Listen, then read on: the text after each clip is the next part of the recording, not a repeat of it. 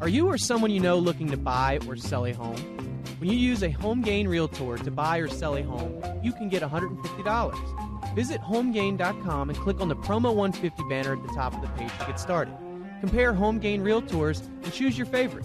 Complete your home purchase or sale transaction with a HomeGain Realtor, and HomeGain will pay you $150. Get started today by going to HomeGain.com.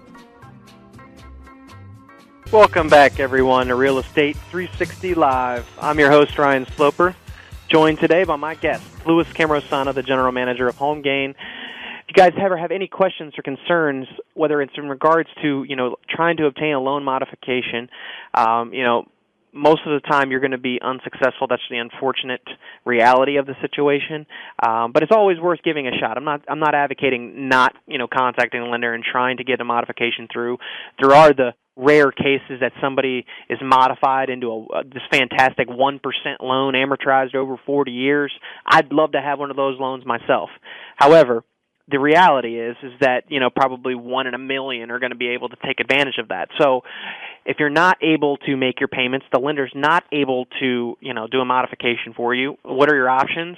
Well, typically it's, let your house go into foreclosure and suffer the consequences of potentially not being able to buy another home for 5 to 7 years, or look into potentially a short sale where you sell your home for less than your home is actually worth, shorting the lender their actual money that was due to them, but they agree to the sale because it's in the best interest of you and the lender, with the consequences maybe only being that you can't buy for the next 2 to 3 years, and a chance to get your credit squared away a lot faster. It's a great option, and I'm a big advocate of it just because I've seen many people be able to turn themselves around, in less than a year in some cases. 877-245-2030. 877-245-2030. That's the phone number, the off-air phone number. If you have any questions regard to short sales, real estate, loan modifications, I can help you out. I want to jump in. This is a great topic. There was a huge write-up in the New York Times Real Estate this past weekend, which was one of the least understood processes of the home buying process, which is actually the appraisal. So typically, Louis, you're very familiar. When you go to obtain a mortgage, the lender is going to want to send out an appraiser to go out and appraise the property that a person's buying to make sure that the value of the property is there. They're only going to lend to a percentage. So if it's, let's just say it's an FHA loan to make things easy in the D.C. metro area, requires a 3.5% down payment. So they're going to basically lend 96.5% of the sales price or the appraised value, whichever is lower. Okay, so if the contract price is $200,000 and the appraisal comes in at $195,000, the lender's not going to lend 96.5% of $200,000. They're going to lend 96.5% of $195,000. Now, what does that mean? That means that many transactions are starting to fall through, which is not a good thing. Matter of fact, in the article, they had actually mentioned that HVCC was actually, what was created with the best intentions by former New York Attorney General Andrew Cuomo by attempting to protect the appraiser from lender pressure.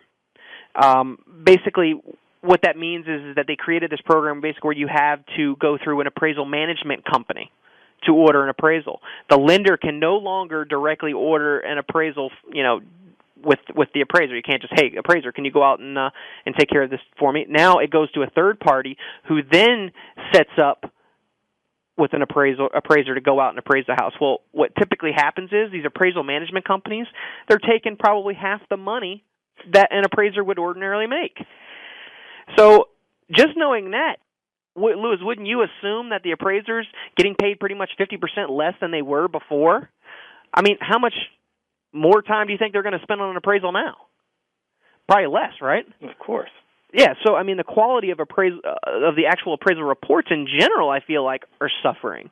It was mentioned that right now there's a 12% deal kill average of an AMC's arm's length sale properly that's exposed.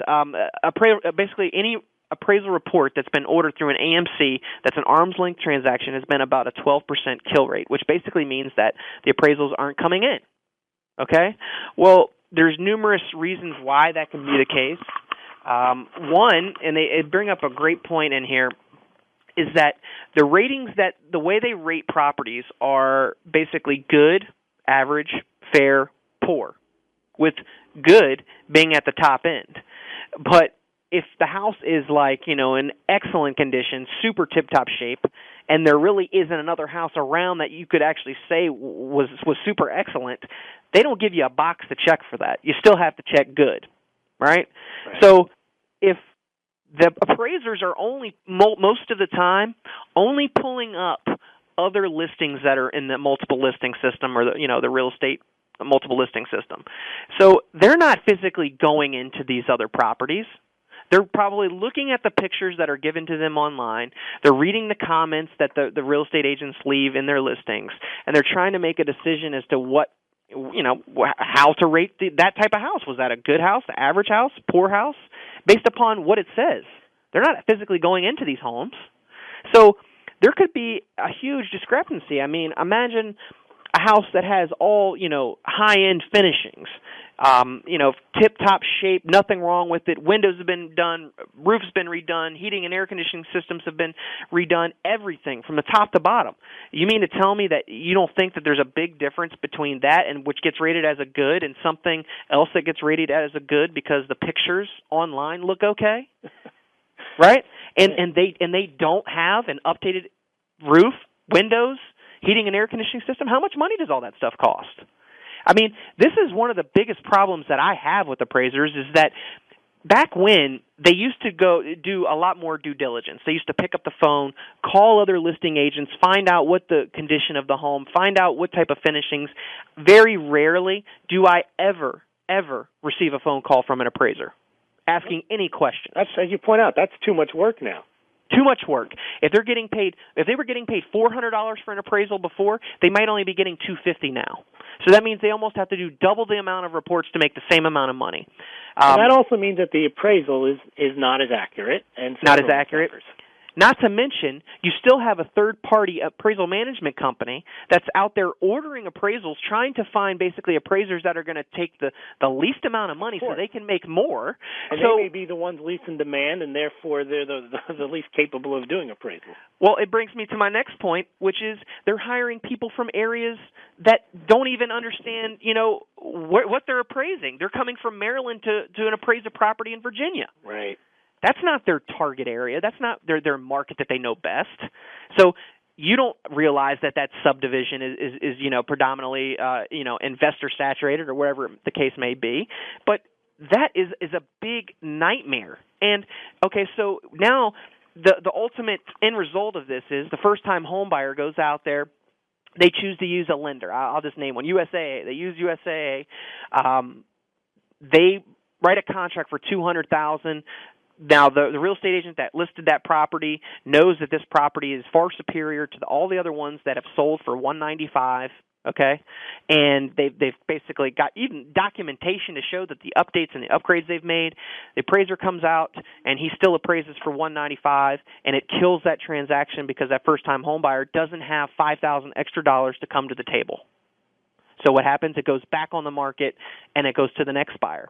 But typically, an FHA appraisal, a government appraisal, this isn't true for all transactions, but for an FHA appraisal, that appraisal goes with that property for 6 months. So even if another FHA contract comes in, they still are bound by that appraisal. So the seller either has to choose to go with another offer, a cash offer, a conventional offer, or else they're going to be stuck lowering their price to the $195. So it's just leading to a lot of conflict. And, I think a lot of this, once again, is caused by government intervention. They come in thinking they know what's best, and they end up screwing up the process.